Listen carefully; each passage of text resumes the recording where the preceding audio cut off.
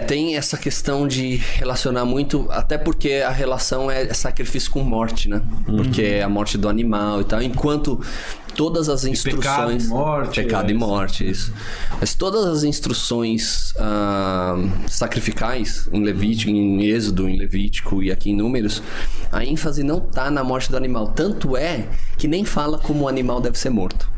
Se a ênfase fosse na morte como pagamento de uma dívida, punição divina pelo pecado, a gente esperaria algo como assim: você vai pegar um animal, vai pegar a faca, a lâmina, vai degolar o animal, descrever aquela coisa mais... da morte ali. Da morte, do sangue, assim, mas de uma forma muito mais... Que incomoda, sabe? Que traz esse aspecto de morte. Quando a ênfase nas instruções sempre é no fim, qual é o fim? O fim é sempre o encontro, o fim é sempre a comunhão com Deus. O fim é sempre festejar a abundância, celebrar a generosidade, a redistribuição dos recursos para que todos possam participar. Quando a gente olha para a cruz como sacrifício, a gente costuma só olhar também para a expiação mesmo.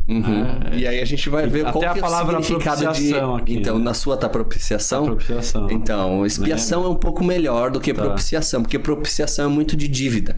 É muito você pagar alguma coisa que você tá devendo. Bem reformado mesmo. Muito.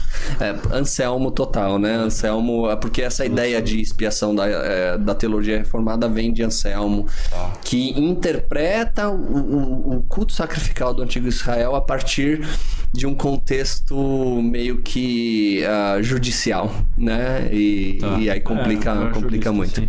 Ele era jurista, exatamente. Então, mas com esse outro olhar da mesa, da partilha dos recursos, de celebrar a provisão, que luz que isso joga para a cruz?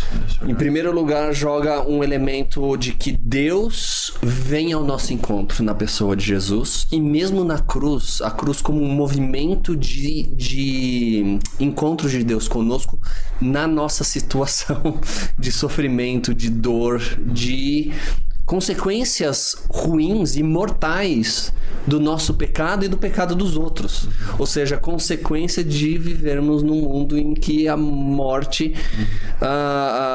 existe. Então, a morte, o sacrifício de Jesus, também como esse primeiro, injustiças e tal, mas esse primeiro movimento de Deus vindo ao nosso encontro, e que porque Deus vem ao nosso encontro por meio de Cristo, a gente pode então estar em comunhão com Deus.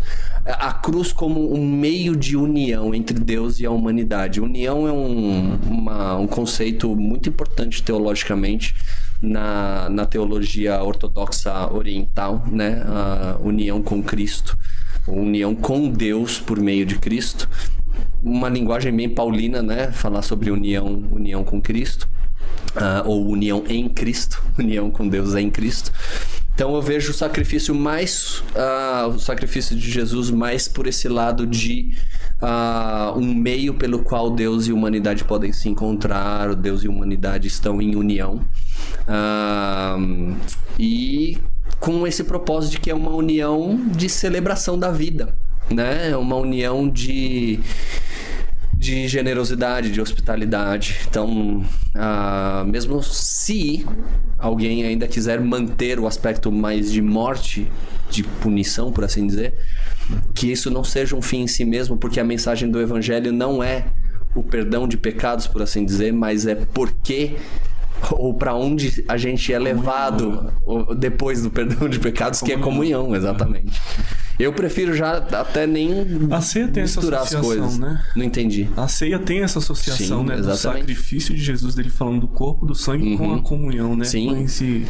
E um aspecto bonito de que nós, na ceia, por estarmos em união com Cristo, porque estamos consumindo o corpo de Cristo, ao mesmo tempo nós somos corpo de Cristo que somos consumidos pelos outros. E, então, para que haja essa comunhão de todos com Deus, é necessário que nós, que estamos em união com Deus, ou em união com Cristo, também nos entreguemos para que os outros possam participar, para que nós entreguemos parte da nossa vida para que os outros possam desfrutar de vida também. Tudo isso nessa celebração da ceia, sabe? Sim.